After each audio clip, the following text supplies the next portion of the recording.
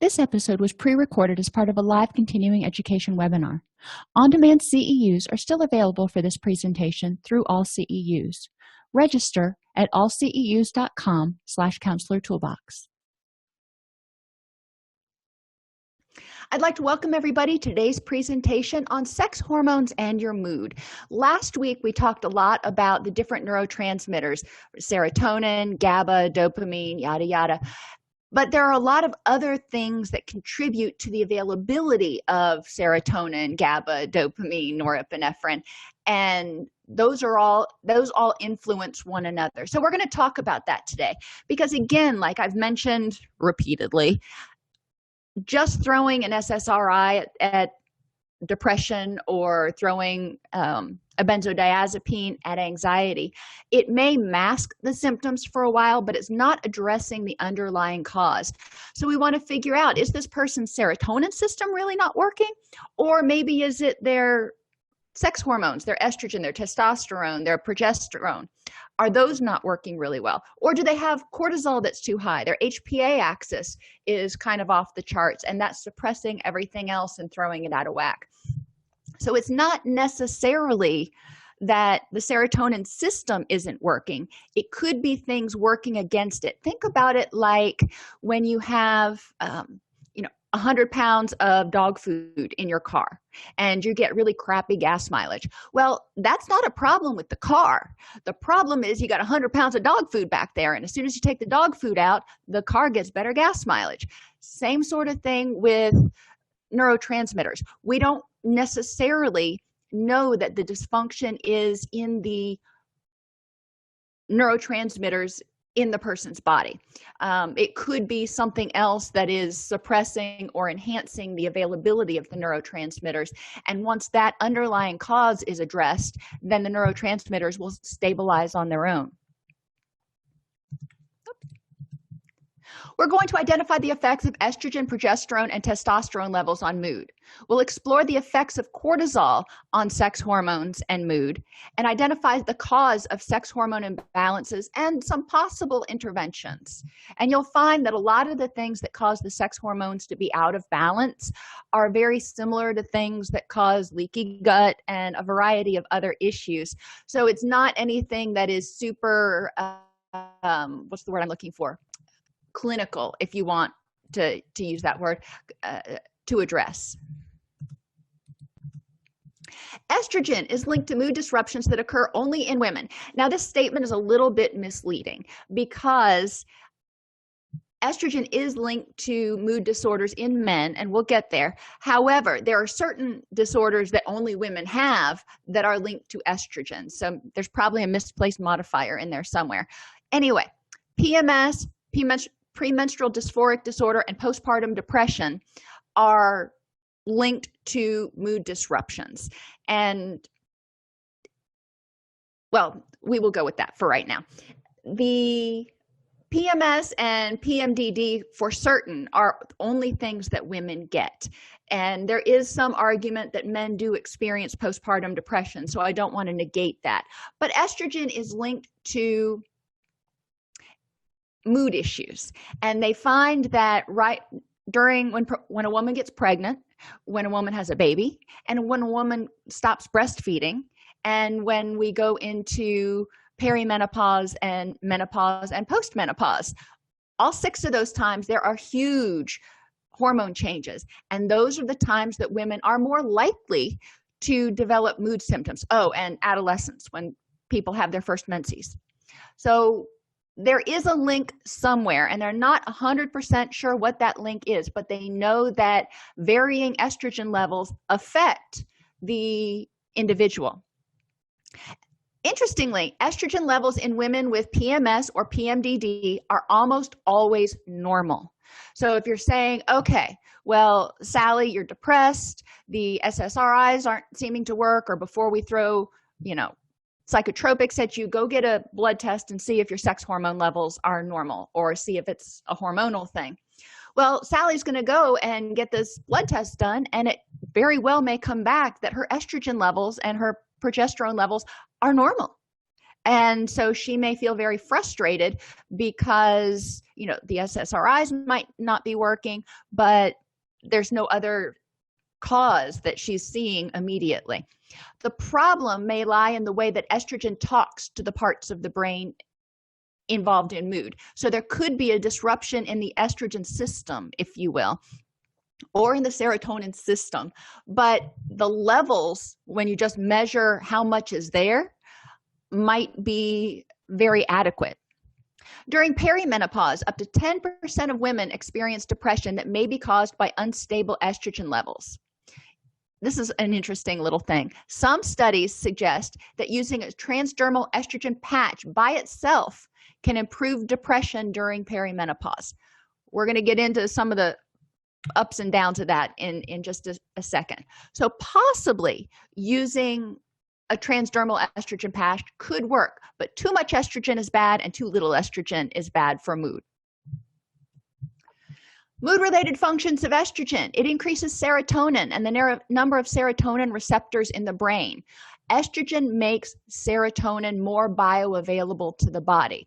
So that's a good thing to a certain extent. But remember, too much serotonin can lead to anxiety and potentially depression. Too little serotonin may lead to depression as well, or anxiety. Modifying the production and effects of endorphins is another function of estrogen. Now, endorphins, those are some of our feel-good chemicals aside from dopamine. So having estrogen in your body helps you feel good. When your estrogen levels are low, you may feel flatter, if you will. Serotonin neurons in the brain have been found to contain estrogen-inducible progestin receptors. What the heck does that mean? These serotonin neurons in the brain interact with estrogen in order to make sure that estrogen and progestin stay in balance. So serotonin can say, oh, we need to ramp up one or we need to suppress another. But serotonin, estrogen, and progestin all seem to interact because these serotonin neurons have estrogen receptors on them. So we know that serotonin and estrogen have a link with them. Ovarian hormones have also been found to affect numerous factors regulating serotonin synthesis and serotonin levels in the central nervous system.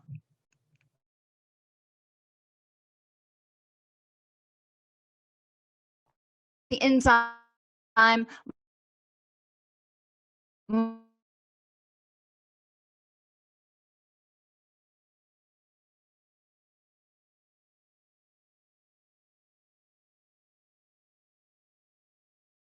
monoamine off my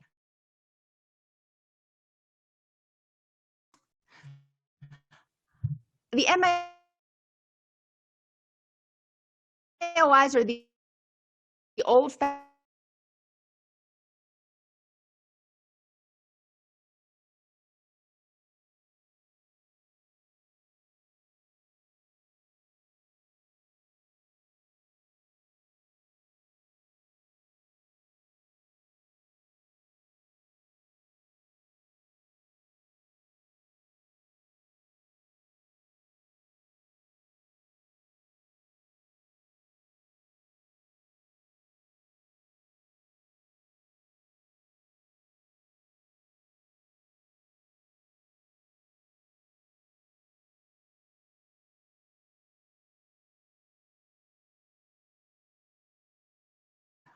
chronically elevated levels of estrogen can actually induce depression by causing functional hypothyroidism. So that's an important point, that when our estrogen's high, it may not even necessarily affect serotonin, but it may be affecting the thyroid hormones. And we know when people are hypothyroid, they have symptoms of depression. Chronically elevated levels of estrogen can contribute to anxiety by also contributing to excess serotonin. Another issue that we're looking at. So elevated levels of estrogen can contribute to depression by affecting the thyroid, or anxiety because it increases levels of serotonin. Estrogen also interferes with the release of cortisol. And estrogen deficiency that occurs with menopause can cause anxiety. So when you have too little estrogen, you may have anxiety. When you have too much estrogen, you may have anxiety. It's just finding that happy medium. And part of that happy medium is a happy medium where estrogen and progesterone are in balance. Estrogen enhances the excitatory neurotransmitters dopamine and like your excitatory neurotransmitters like glutamate and norepinephrine, as well as dopamine and your histamines. Dopamine is your feel-good chemical. So if you don't have enough estrogen, you may not have enough dopamine, which is your feel-good, your motivation, your focus chemical. You may not have as much norepinephrine, which is another motivation chemical, or glutamate, which is your get-up-and-go neurochemical. All of those things are really important. So if you have too much estrogen, you're going to have too much of those things. If you have not enough estrogen, you're not going to have enough of those things. However, again, it may not be the estrogen levels themselves, but somewhere in the estrogen system that there's a breakdown in estrogen's availability to the body. Estrogen can be tested through a simple blood test. So that is something that they can do at a doctor's office. Causes of low estrogen: age. We naturally, and the same thing is said for testosterone, we naturally start losing or decreasing our levels of estrogen and testosterone from about age 40 on.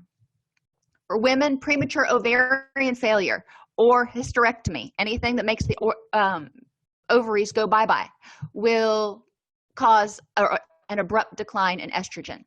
Congenital conditions such as Turner syndrome, thyroid disorders, excessive exercise. When people exercise a lot, actually it puts their body under stress and it will contribute to low estrogen. Being severely underweight, chemotherapy, and a low functioning pituitary gland. So any of these things can cause low estrogen, which we know will reduce the amount of excitatory neurotransmitters and dopamine, and that's going to affect mood. Leaky gut also can affect estrogen.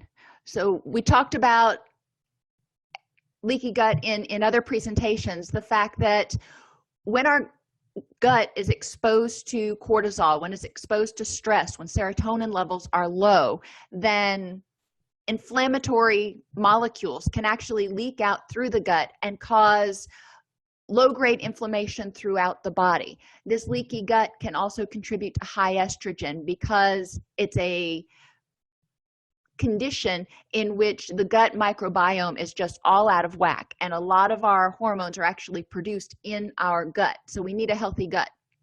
Thyroid dysfunction, processed food intake can also contribute to high estrogen because of the high amount of sugar, especially. Stress, because stress causes cortisol secretions and a variety of other things, and pharmaceutical or drug use, all of which can change gut flora and digestive function. Most of us can look at the slide on low estrogen or high estrogen and say, yeah, you know, some of those things apply to me. So we probably don't have optimal estrogen levels, and this is true even if you're a dude, because men do make estrogen. Progesterone affects GABA receptors in the brain. When you go on birth control, for example, some people go on estrogen only, some people go on estrogen and progesterone. Estrogen and progesterone do this happy little dance where they need to balance each other out. It's kind of like when you bake. One of the things my grandmother taught me was when you bake, if you use vanilla, then you want to use half as much lemon, and it brings out the flavor of the vanilla. Likewise, when you use sugar, you need to use a little bit of salt, and somehow it enhances the flavor. They work together synergistically and kind of balance each other out. But progesterone affects the GABA receptors. Increases in progesterone cause dose-dependent improvements in premenstrual anxiety, irritability, and nervous tension. There are some natural progesterone supplements that women's doctors can put them onto, creams and things that they can get, and it might be something for some clients to take a look at. But again, it's not a panacea. If we increase the progesterone, we have to ask, why is the progesterone low? Cortisol and progesterone are both made from pregnenolone. When we're chronically stressed and make more cortisol, cortisol production steals from progesterone levels. All right, so there we go. Why is progesterone low? Well, it may be because stress is high. If stress is high and the body is using way more pregnenolone to make cortisol, there's not enough to make progesterone, which will contribute to low progesterone levels. So one intervention may be helping people reduce their stress or their cortisol levels. Way easier said than done, I realize. However, I want people to see how thoughts and environments and things can also affect their sex hormones and their mood and everything, the whole system. High estrogen and low progesterone. Progesterone, think of it as your anti-anxiety. It's your GABA. Estrogen is your antidepressant. It's more involved with serotonin. But the two of them balance each other out. Too much of either can produce an edgy feeling.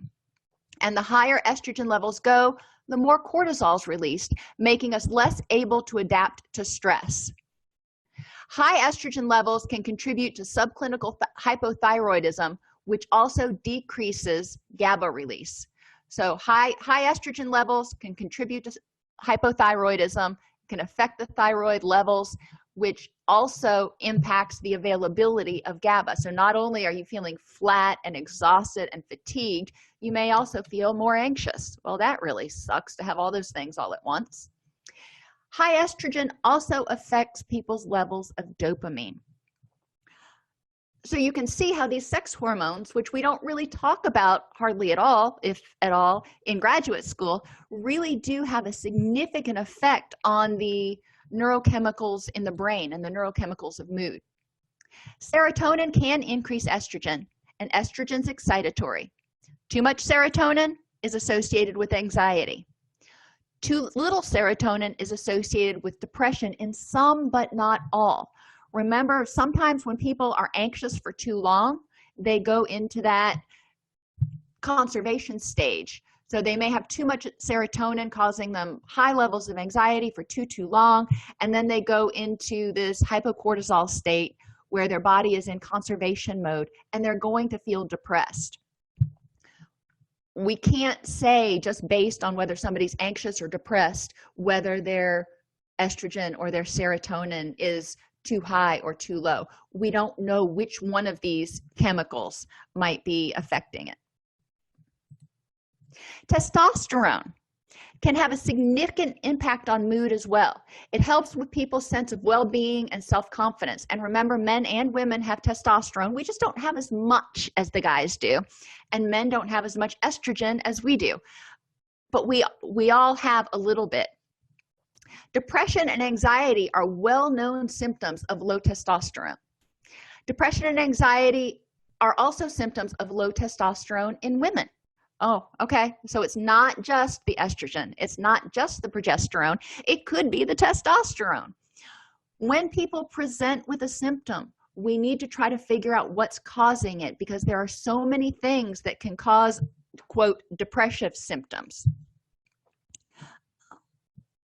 Evidence supports anxiolytic and antidepressant roles for testosterone, and surgical removal of the ovaries increased mood disturbances and depression in some women, which was actually reversed by testosterone. So for some women, an estrogen patch helped. For some women, testosterone helped. That was an interesting finding. One of the questions comes in, could a person taking birth control cause them to have problems with these hormones and thus their mood? Yes, there are a lot of women who start taking birth control pills, and maybe they're taking the combo, maybe they're taking one, whatever, and it throws their estrogen progesterone balance out of whack, and they will have mood symptoms, and they will have potentially worsening PMS or PMDD symptoms. Numerous clinical studies in postmenopausal women and men in the andropause showed improvements of learning and memory after testosterone supplementation.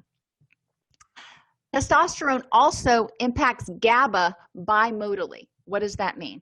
It means that when there's too little GABA, it has an effect, and when there's too much GABA, or when there's too little testosterone, it impacts GABA, and when there's too much GABA, can't do this, testosterone, it impacts GABA. So there's a sweet spot in there where testosterone is giving you just the right amount of GABA, not too much, not too little. Testosterone correlated negatively with global 5-HT4R, which is a serotonin receptor, suggesting that men with high levels of testosterone have higher levels of serotonin. So when we think about this, higher levels of serotonin often are attributed to anxiety. When people take steroids, it increases their testosterone levels, and often you see a lot of aggression and anxiety in people who are taking high levels of steroids. So that's kind of an interesting combination to see that when testosterone is up, then these men often have higher serotonin levels. Low serotonin and high testosterone in the central nervous system has a significant effect on the neural mechanisms involved in the expression of aggressive behavior.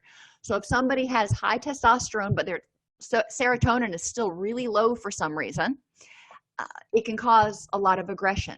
So we do see roid rage, as they call it. Another thing to be aware of, not saying that that means somebody can take steroids and then just supplement with serotonin. That's not what I'm saying. But what I'm saying is different levels and different combinations of these hormones can produce differing effects. Testosterone modulates serotonin receptor activity in a way that affects aggression, fear, and anxiety. So when there's high levels of testosterone, and think about serotonin as being sort of a calming chemical or something that takes the edge off, gives you a little bit more of a wise mind. When serotonin's low and testosterone's high, people are going to be going gangbusters, and they tend to be more aggressive, more fearless, or fearful and out there. So those are things that we want to take into consideration when we're making our preliminary assessment of what might be some causative factors for people's mood disorders. And I know I'm going a lot faster on this today because I want to try to do it before we cut out again, but I will re-record this and give it a little bit more time if you want to come back and watch it. Anyhow, testosterone suppresses dopamine. Well, that stinks. Again, a certain amount of testosterone is going to help keep dopamine levels okay, but adolescent males have an increased risk for developing schizophrenia, implicating testosterone in the precipitation of dopamine-related psychopathology. So if there's not enough testosterone to suppress the dopamine, then dopamine levels may get too high, which can trigger a psychotic episode of some sort. That was just one of those interesting findings. Now, that doesn't mean that testosterone is the be-all end-all. Obviously women have some testosterone, but probably not enough where the levels of testosterone cause schizophrenia in them. However, we do know that high levels of dopamine, too high levels of dopamine, can be associated with psychotic features. So especially in men, this is something to take a look at.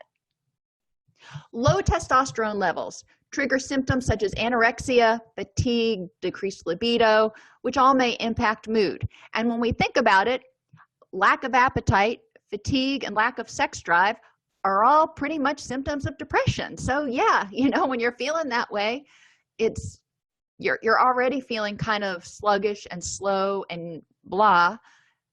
And that can make you feel even worse because you can feel hopeless and helpless, not knowing what's causing it or how to make it go better. When testosterone is lowered, cortisol is more likely to increase because they kind of control each other. So when testosterone's low, stress goes high, and testosterone is not keeping it in control. Testosterone has antidepressant effects, interestingly, in women with anorexia, women with dysfunctional pituitary glands and low testosterone, and men with SSRI-resistant depression. So again, with the serotonin, in men who have taken antidepressants and it hasn't been effective, the research indicates that, hey, It may not be serotonin after all. Maybe it's testosterone. And they found in a significant portion of these men that it is their testosterone, not their serotonin. They already had plenty of serotonin. Causes of low testosterone: obesity. Fat cells manufacture estrogen. The more estrogen in ratio to testosterone that young men have, the less healthy their testosterone signals are. When we have older men who have obesity, they're still the fat cells are still manufacturing estrogen. When we have women who are obese, guess what? They're making estrogen. So they may have estrogen dominance because they have an excess of fat, which is manufacturing an excess of estrogen, and there's not enough progesterone to balance it out because fat doesn't manufacture progesterone. So obesity is a big cause of low testosterone and high estrogen. When testosterone levels decline in men, so does estrogen, since your body converts some free testosterone to estrogen. That was an interesting little find there. So just like serotonin is converted to melatonin, testosterone, some of it, is converted to estrogen, especially in a male's body. Insulin resistance and diabetes can also cause low testosterone. Elevated insulin and blood sugar create issues with testosterone signaling. Pornography can disrupt testosterone levels because the increases in testosterone that men normally get, that rush that men normally get when they see a female to whom they're attracted or a male to whom they're attracted, it doesn't signal the same way when they watch too much porn, because real people don't end up doing it for them anymore. They tend to focus more on what's online. And watching porn tends to lead to a lot of masturbation, and masturbation also messes up the dopamine and testosterone signals, excessive masturbation. Sick guts. I know we talked about leaky gut earlier. Bacteria impact the levels of testosterone. Testosterone levels are intimately related to the health of your microbiome. Just like the microbiome in the gut, estrogen is produced, testosterone is produced, serotonin is produced. All this stuff is produced in the gut as well as other places. So if the gut bacteria is not healthy, if your little workers that are down there to make these hormones are not healthy, then the right levels of these hormones are not going to get made. So we need to keep our guts healthy. Endocrine disruptors, which are chemicals in our air, food, and water that act as anti-androgenic compounds, can damage testosterone receptors. Endocrine disruptors can also lead to estrogen dominance. So again, we want to look at what are we eating and drinking, and are we taking in too many BPAs? What types of things are we ingesting now that might be affecting our sex hormones?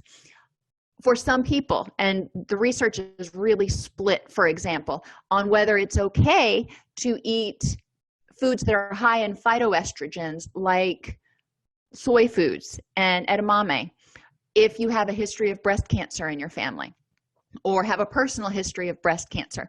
Some studies say that it's actually more healthy to do that. Other studies say that it's not. But phytoestrogens are basically weak estrogens. So they go in and take up part of the receptor so that the bodily estrogens, if you will, can't get as much through the receptor gates. Any of these things can be considered endocrine disruptors. And hypertension can also cause low testosterone. Think about how many clients we see who have hypertension, obesity, and a sick gut.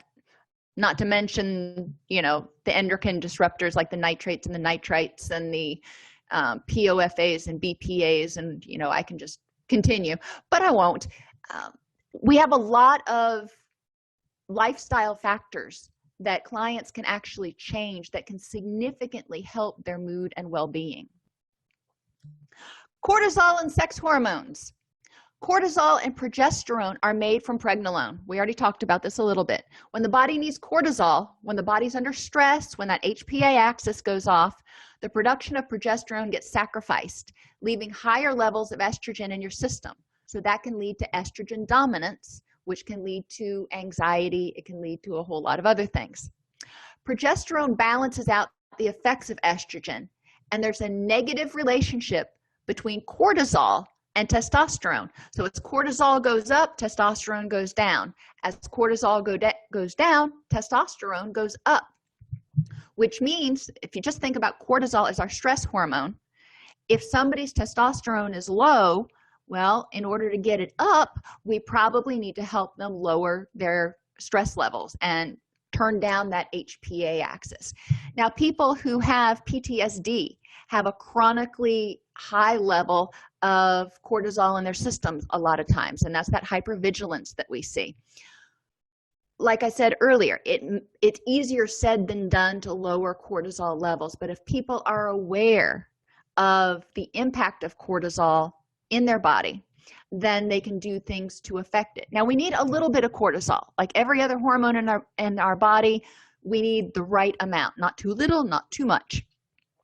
Cortisol naturally wakes us up in the morning. It peaks mid-morning and declines throughout the afternoon. That's our normal circadian rhythm, secretions of cortisol. That we want. What we don't want is those cortisol spikes, or we don't want it to go too high, or we don't want it to stay elevated. So somebody's cortisol levels are still way high at 6 in the evening. Any sort of stimulants will increase cortisol levels. Pain will increase cortisol levels. Remember that nicotine stays in your system for 2 hours, and caffeine stays in your system for about 12 hours after you consume it. Both of those things will keep cortisol levels higher, which can suppress testosterone. Let's think about some of our clients who may be heavy into working out. A lot of your pre-workout supplements contain high levels of caffeine, as well as other hormone disruptors, if you will, like Yoambi. So it's important to encourage clients, if they are taking these pre-workout supplements to get that rush, get that edge before they go to the gym, encourage them to be aware of how long it stays in their system after they work out, because if they're working out in the evening, then that caffeine is probably not getting out of their system until 4 or 5 in the morning, and encouraging them to be aware of the impact of the stimulants on their cortisol levels and their overall health. And finally, leaky gut. The estrobolome is the collection of microbes capable of metabolizing estrogens. So you have these estrogen created in your gut, and estrogen in your gut, and estrogen receptors in your gut, and the estrobolome metabolizes these estrogens. It breaks them down, and impacting if your gut is leaky, then it may not effectively get rid of the aggressive estrogen metabolites. So it breaks them down. You've got all this estrogen waste sitting in your gut, and if your gut is leaky, it may not be escorting all the waste out. And if you've ever made the mistake and you did your dishes and you forgot to run the disposal, and for 2 or 3 days, and 2 or 3 days later you start to do your dishes again and you're like, oh, there is something rank in this kitchen. Well, the same sort of thing for your gut. If you're not getting all those toxic byproducts out, then they're just sitting in there. And if your gut is leaky, those toxic byproducts may be pouring out, if you will. That's not the word I'm looking for, but maybe seeping out into your bloodstream and causing higher levels of estrogen as well as inflammation. A leaky gut also increases cortisol because of the inflammatory response, and we already talked about how cortisol affects everything else. So if people are under stress, then they're going to probably have some GI problems. Those GI problems can cause the gut to become leaky, which is going to further increase inflammation and cortisol levels. So both men and women have testosterone and estrogen. We don't want to forget that we all have both of these hormones. Estrogen, testosterone, and progesterone impact serotonin and GABA levels. GABA, remember, is mainly your natural Valium, if you will, but serotonin, they're still trying to figure out exactly how it works with depression and anxiety. They know low and high levels of serotonin can contribute to mood disorders.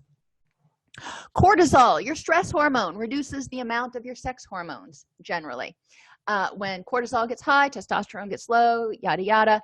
Well, that makes sense. When you're under stress, when you are fleeing from the tiger, it is not the time to reproduce. So your body says, okay, we're going to shut that down for right now because we're focused on survival. Too much estrogen or testosterone can contribute to anxiety, and too little may contribute to depression. Progesterone balances estrogen. That's a big take home.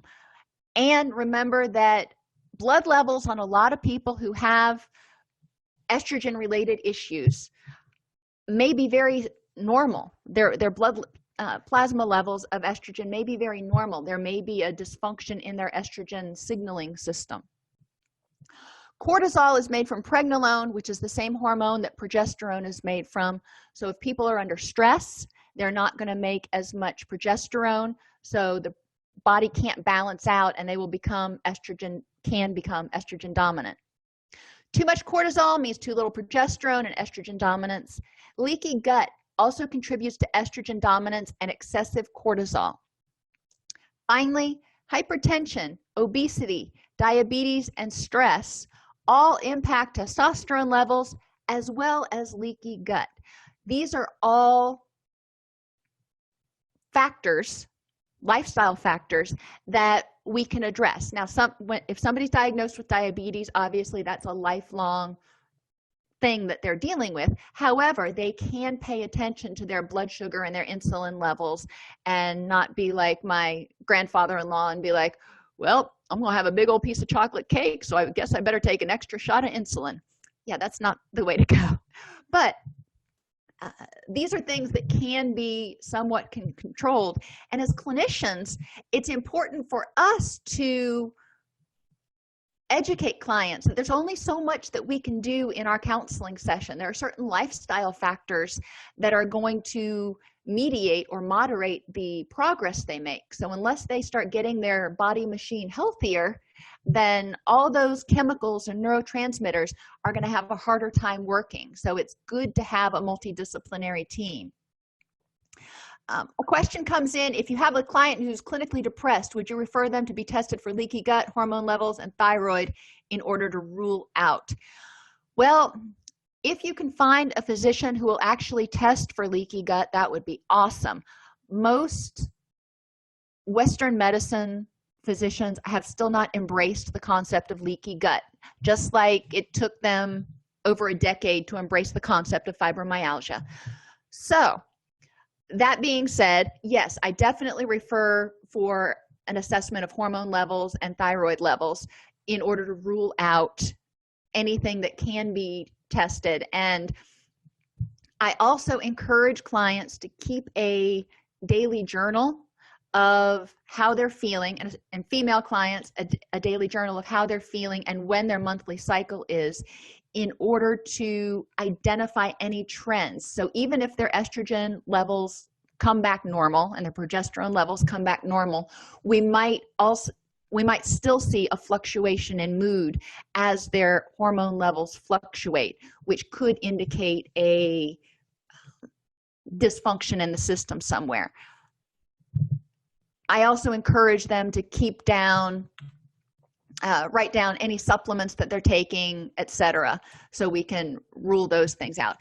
With all of my clients, whether they have generalized anxiety or depression, I can't mandate it, but I strongly encourage them to get a full physical with a full blood panel to get things, get any physical causes ruled out. Generally, in a annual physical, especially for people who are, older, 35 and above, we can get the hormone levels and thyroid checked with no problem as part of an annual physical. The leaky gut or adrenal fatigue or anything like that that's not commonplace, they may have to pay for out of pocket.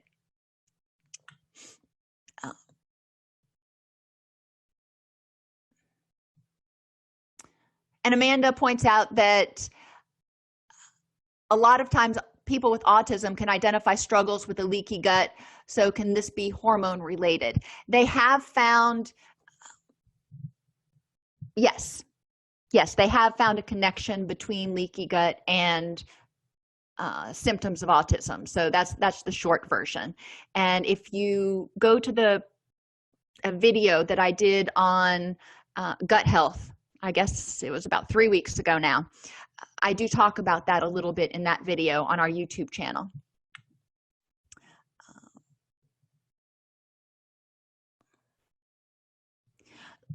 Leaky gut testing is from a holistic doc, some of your naturopathic physicians, and some of your internists may be willing to consider it. But yes, it generally is something that the client has to pay for out of pocket. If this podcast helps you help your clients or yourself, please support us by purchasing your CEUs at allceus.com or getting your agency to sponsor an episode. A direct link to the on-demand CEUs for this podcast is at allceus.com/podcast CEUs. That's allceus.com/podcast CEUs. To sponsor an episode of Counselor Toolbox and reach over 50,000 clinicians per week, go to allceus.com/sponsor. Thank you.